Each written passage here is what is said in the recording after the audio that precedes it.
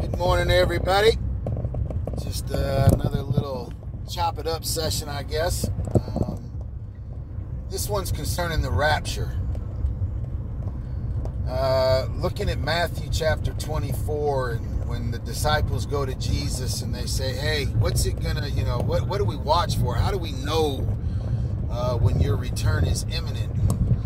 He begins to discuss with them, signs to watch for, and this and this and this are going to happen, and that and that and that. And there'll be wars and rumors of wars, and, earthquakes and all over the place, places that we've never seen earthquakes before. And he says that's just the beginning. That you're just getting started, and then there's going to be the desolation in the temple, and and then there's the tribulation. And most of us have been taught to believe, and we're sure crossing our fingers and toes that, right as that gets ready to pop off, that Jesus comes back and we're all gonna shoot up in the air and meet him in the air, and and we're out of here, and then just the unbelievers are gonna be left, and Satan's gonna be turned loose on them, and whoever doesn't accept Jesus Christ is gonna, you're gonna be killed, and that's that. And then the Battle of Armageddon, and it's over. Well, I don't buy that. And I'm gonna tell you why I don't buy that. You look at Matthew 24, and you'll read where that it will be as the days of Noah. And so a lot of times, for years, I used to think, well, it's going to be crazy. Then people are going to be living any kind of way, and this and that. Man, they've been doing that forever. We've been living that kind of way forever. And he says that there's going to be two men, and one's going to be gone, and one will be left, and there'll be two women, and one's going to be gone, and one will be left, and this, that, and the other. Well, this is my proposal to you. The Bible says that father would turn against son, and son against father, mother against daughter, and daughter against mother, and so on. Well, if we're all gone and caught up in the air, when are we turning on each other? And understand, when he's telling them this story, he's not talking to the unsaved, he's talking to his disciples. He's talking to the body. And so, why would father turn against son and son against father if we're already caught up in the air and gone? Doesn't make sense. 2 plus 2 is making 5 again, folks. Now, this is what's going to happen, is that the ungodly are going to be gone and immediately judged, and you're going to hell, and forever, all of eternity, the wrath of God is going to be poured out on you. I don't even know what that means. Don't want to know. Have no clue as to what exactly the wrath of God is going to be like, man. I don't know, and I sure don't want to know, and I'm grateful I won't know. Amen. But I think what's going to happen then is that all the Christians will be left. And then we're going to be tested. See, he's got to separate the wheat and the chaff.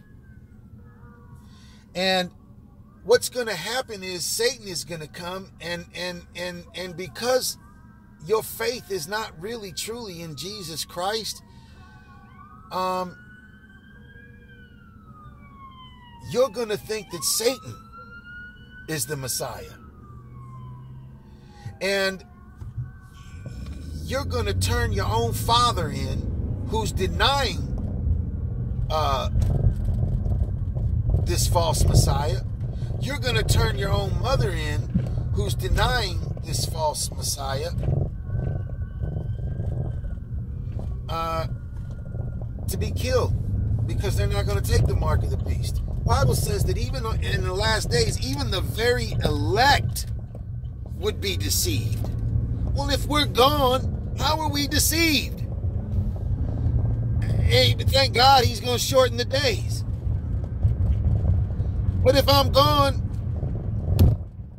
that don't make no sense. So don't be deceived. We're going to be tested. He's got to find out. Who's the sheep and who's the goat? Are you going to take that mark for that easy life that you're chasing right now? That you're already denying God in areas of your life for? Man, I know people in churches doing shady business work right now. Screwing people over. Doing illegal stuff when it comes to tax codes and stuff like that. Chasing that dollar over Christ. So, I don't think that things are going to go the way we've all been taught to hope and, no, man, we got to be tested. Testing is not, man, there's a bill that popped up and I don't get paid till Thursday and it's Monday. No, that's not your test. That's not your test. That's just bad money management or something. But that ain't your test. We're going to be tested, church. Are you going to be found wanting when it's all said and done because you chose this world over Jesus Christ? Because here's the thing. He said on that day, there'll be those that will say unto me, "O Lord, Lord." Acknowledged him. Didn't I prophesy in your name? Didn't I cast out demons in your name? And on that day, the ones that got caught up, the ones that was here and gone, they're going to be saying, whoa, I'm not supposed to be in this bunch. I did this, I did that. And what did Jesus say? Depart from me, you doer of iniquity, you doer of sin, you lover of sin, you who desired sin over me. I never knew you. We weren't in relationship. So if you're a Christian that like I was a Christian and really believed that I was serving Christ and following Christ, and in the back of your head somewhere, every now and then pops in the thought, am I going to be the one caught up in the air, or am I going to be stuck here and have to, listen, no, you're staying, and you're going to be tested. The question is, will you be found wanting when it's all said and done? And I think there's going to be so many people who associated themselves as Christians, but in fact were truly whitewashed tombs, man. You look good on the outside, brother. You look good. You play the part well. But if Jesus could search or could go through your search browser, what kind of websites would he find you've been looking at? If he went through your phone, man, and I mean went through your phone, even though you deleted those text messages from him, who would he find you was talking to, and what was you really saying while your husband was at work? We live as if God don't see. Because we think grace, right? Grace. I'm good. I'm covered in the blood. Are you? Are you? I mean, are you really living a sanctified, holy life?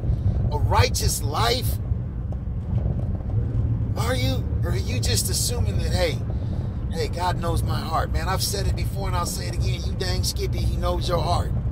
And it's deceitfully wicked, man. Because you ain't got that heart change. You ain't got that new heart from him that David talked about. He said, create in me, O Lord, a new heart. Because the one I got, this heart right here, is tainted, man. Wants to do its own thing apart from you. So, there's a lot of people probably going to disagree with what I've just said. Cool, man. I ain't mad at you.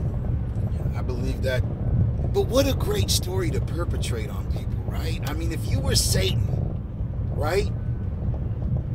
I mean, wouldn't this make sense? Like, hey, man, let me get these people to think that, you know what, man, you're good, bro. You ain't got to worry about a thing. Matter of fact, you ain't going to feel a thing. Wouldn't that be a great BS story if you was trying to trick people? So, anyways, Don't take my word for it, man. First, read the scriptures. They're red letters. Read those. And then go to God and ask him, man. Ask him to tell you the truth. Don't ever take something a man says.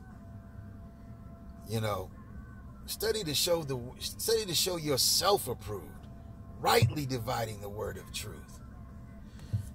So anyways, I just wanted to throw that at you guys today. Anybody, I don't even know if anybody really watches this stuff that I put up here lately. A couple of you, I think, have seen stuff. But, yeah, no, we're going to be tested, man. He's going to find out. We do a lot of this, a lot of lip service.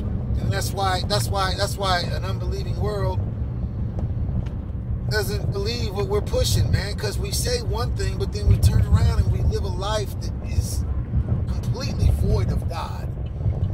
Like, we're just chasing the dollar like that, man. So many of us. So we just, you know, I don't want to go to hell. That's all it is. I'm really not interested in knowing Jesus and dying to self and submitting my life to him. You know, I just don't want to go to hell.